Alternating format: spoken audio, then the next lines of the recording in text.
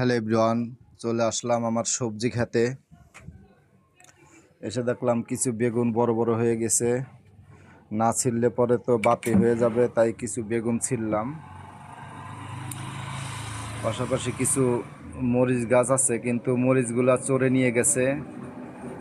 বেগুনে গাও চুলকায়, এই জন্য মনে হয় হয়তো বেগুনটা চোরে নেয় নাই, কিন্তু মরিচে তো গাও চুলকায় না, সেই জন্য মরিচটা নিয়ে গেছে চোরে। কি আর করার আছে, কিছু করার নাই। কপাল ভালো গাছ আছে, গাছ শুদ্ধে নিয়ে যায় নাই।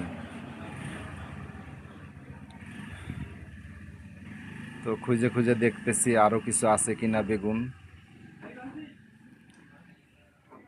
তো কিছু পাইলাম।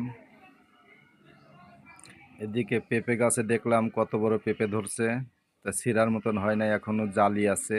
অবশ্য জালি পেঁপে তিতকু লাগে, এই জন্যে ওটা নিলাম না।